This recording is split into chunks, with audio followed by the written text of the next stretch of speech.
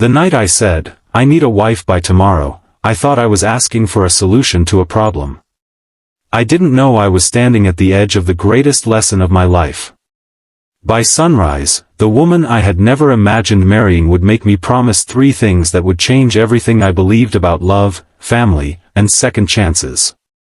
Before we begin, if stories about unexpected love, second chances, and the kindness hidden inside ordinary people touch your heart, please like this video, share it with someone who needs hope, leave a comment, and subscribe to Ripple of Kindness for more emotional stories about second chances.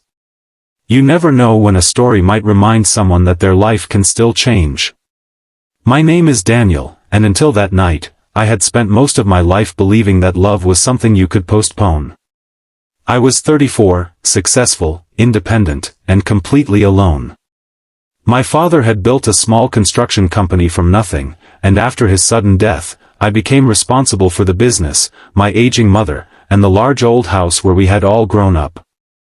My father had left behind one final condition in his will: unless I was married before my 35th birthday, the family property would be sold and the proceeds would go to a foundation he had created. My birthday was the next morning. At first, I thought it was simply my father's way of forcing me to settle down. But then the lawyer showed me the letter my father had written before he died. He explained that the house had been my mother's emotional anchor for decades and that he feared she would lose it if I continued living only for work. His final wish was not about money. He wanted me to understand that a person could build a fortune and still live an empty life. That evening, after the lawyer left, I sat alone in my father's study. Rain tapped against the windows while I stared at the old family photographs.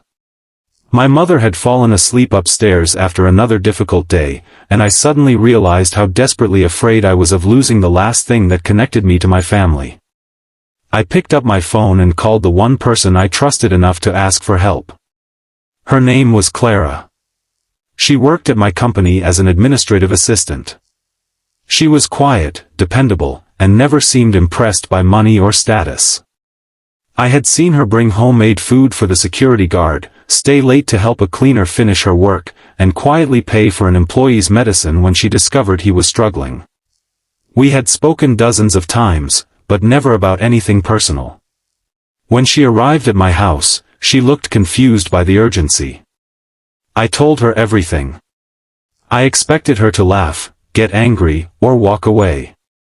Instead, she remained silent for several seconds. Then I said the words that would haunt me for weeks. "I need a wife by tomorrow." Clara stared at me as though I had lost my mind. But she didn't leave. She simply walked toward the window and watched the rain falling over the garden. Finally, she turned around. Her voice was so soft that I almost missed the words. "Then you need to promise me these things." I nodded.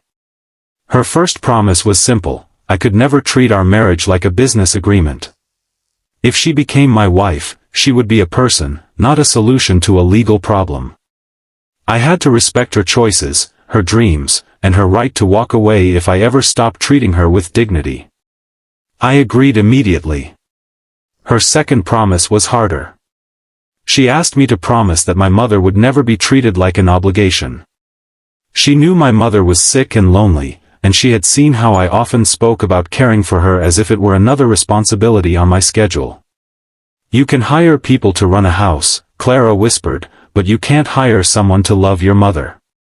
Those words struck deeper than anything my father had written. I promised.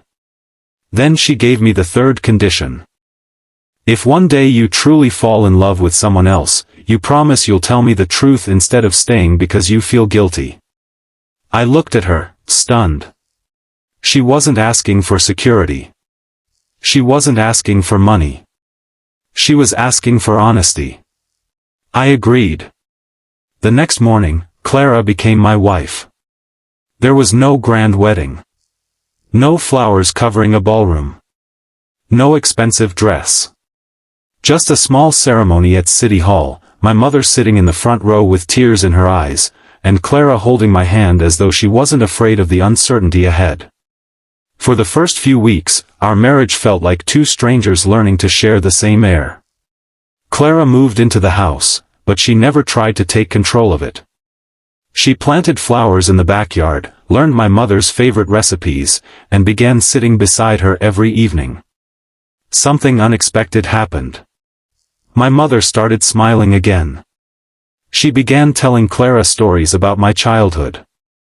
Clara laughed at the embarrassing ones and defended me when necessary. Soon, the house that had felt like a museum of my father's memory began feeling alive.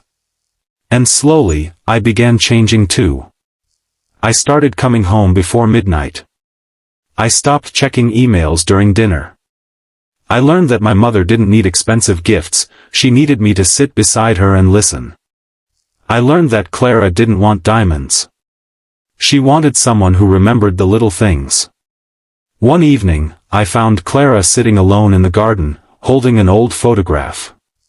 It was a picture of my father and me when I was 10. She looked up and said she wished she could have met him. I sat beside her. For the first time, I admitted that I had been angry with my father for dying before I was ready to forgive him. I told her I had spent years believing that success meant never needing anyone. Clara reached for my hand. "You don't have to be strong every minute," she said. "Sometimes being strong means letting someone stand beside you." That night, I realized I had fallen in love with my wife. But I was terrified to tell her. Because our marriage had started with a transaction, and I was afraid she would think my feelings were another part of the deal. Weeks passed. Then one afternoon, disaster came. The lawyer called and told me that my father's will contained another condition. The property would remain in my name only if I could prove that my marriage was genuine. A private investigator had been hired by one of my relatives to challenge the will. I panicked. I thought everything was going to disappear. But Clara simply looked at me and said, "Then let them investigate." She wasn't afraid. The investigator discovered something that changed the entire case. Clara had never asked for money, never tried to access my accounts, and had even refused a large gift from my mother because she believed it would make their relationship uncomfortable. The lawyer told us the truth was obvious. This wasn't a marriage built for money. It had become something neither of us had planned. A few days later, I found Clara packing a small suitcase. My heart stopped. She told me the legal matter was finished, and now she believed it was time for her to leave. The agreement was no longer necessary. I stood there unable to speak. Then I finally said what I should have said long before. "I don't need a wife anymore." She looked at me quietly. I stepped closer and continued, "I need you. Not because of the house. Not because of my father's will. Not because I'm afraid of being alone. I need you because somewhere between the promises you made me keep and the kindness you gave my mother, you became my home." Tears filled her eyes. She smiled through them and said, "Then there's one more promise you need to make." I asked what it was. "Promise me you'll never forget who you were before you learned how to love." I promised. And this time, there was no contract, no lawyer, and no deadline. There was only a man finally understanding that love isn't about finding someone who can fix your life. It's about finding someone who makes you want to become worthy of the life you already have. 1 year later, my mother watched from the garden as Clara and I renewed our vows. The old house was filled with laughter, flowers, and the voices of people who had become family. My father had once believed I needed a wife before tomorrow. But he had been wrong. What I needed wasn't a wife. I needed someone to teach me how to live. If this story touched your heart, please like the video, share it with someone who believes it's too late for love, and subscribe to Ripple of Kindness. Sometimes the greatest second chances arrive disguised as impossible situations. And before you go, comment, "I believe in second chances." Because sometimes, the person we think we need to save us is actually the person who teaches us how to save ourselves.